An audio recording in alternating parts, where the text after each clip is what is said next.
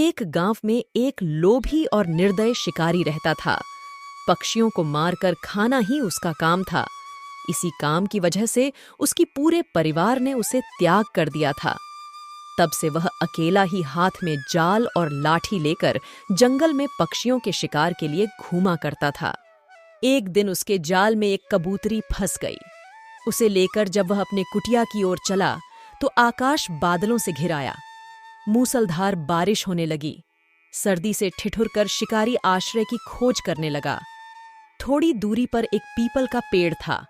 उसके पास एक गुफा में घुसते हुए शिकारी ने कहा, यहाँ जो भी रहता है मैं उसकी शरण में जाता हूँ। इसी समय जो मेरी सहायता करेगा मैं उसका जन्म भर ऋणी रहूंगा। क्योंकि लगातार बारिश हो रही थी और वह गुफा खाली था, इसीलिए पीपल के पेड़ पर रहने वाला एक कबूतर उस गुफा में जाकर आश्रय कर लिया था। और वो वही कबूतर था जिसकी बीवी यानी कबूतरी को शिकारी ने पकड़ लिया था।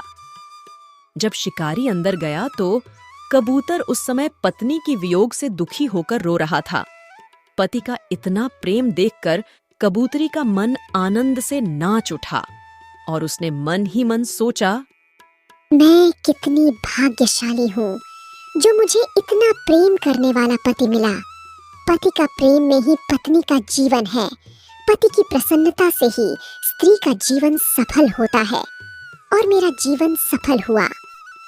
ये विचार करके उसने अपने पति से कहा, पतिदेव, मैं तुम्हारे सामने हूँ। इस शिकारी ने मुझे बांध लिया है। ये मेरे पुराने कर्मों का फल है। हम अपने कर्म फल से ही दुख भोगते हैं। मेरे बंधन की चिंता छोड़कर तुम इस समय शरणागत अतिथि की सेवा करो। जो जीव अपने अतिथि का सत्कार नहीं करता उसके सब पुण्य छूटकर अतिथि के साथ चले जाते हैं और सब पाप यहीं रह जाते हैं। पत्नी की बात सुनकर कबूतर ने शिकारी से कहा, चिंता मत करो शिकारी, इस गुफा में तुम आराम से रह सकते हो। कहो, मैं तुम्हारी क्या सेवा कर सकता हूँ? मुझे सर्दी सता रही है, इसका उपाय कर दो। कबूतर ने लकड़ियां इकट्ठा करके जला दी और कहा, तुम आग सेक कर अपनी सर्दी दूर कर लो। कबूतर को अब अतिथि सेवा के लिए भोजन की चिंता हुई, क्योंकि उसकी घोंसले में तो एक अन्न का दाना भी नहीं था। बहुत सोचने के बाद उसने अपने शरीर से ही शिकारी की भूख मिटाने का विचार किया।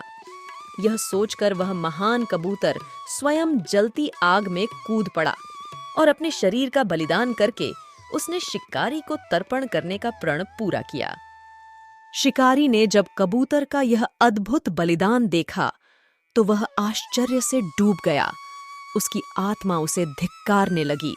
उसी क्षण उसने कबूतरी को जाल से निकालकर मुक्त कर दिया और पक्षियों को फंसाने के जाल और अन्य उपकरण को तोड़ फोड़ कर फेंक दिया। और कबूतरी अपने पति को आग में जलते देखकर रोने लगी और उसने कहा, अपने पति के बिना अब मेरे जीवन का प्रयोजन ही क्या है? मेरा संसार उजड़ गया। अब किसके लिए जिंदा रहूं? ये कहकर वो भी आग में कूद गई। शिकारी ने ये सब देखकर खुद को धिक्कारने लगा। इन दो कबूतर महान थे। ये बेजुबान होकर अतिथि सत्कार के लिए खुद की बलि दे दिए और मैं पता नहीं आज तक कितनी जानवरों को मारकर खाया हूं। धिक्कार है मुझे। नहीं, आज के बाद मैं कभी शिकार नहीं करूंगा। सभी पशु पक्षी को प्यार करूंगा। इसके बाद शिकारी पूरी तरह बदल गया। सभी जानवरों को प्यार करने लगा। ये देखकर शिकारी का पूरा परिवार उसके पास वापस आ गया। सब हंसी खुशी रहने लगे।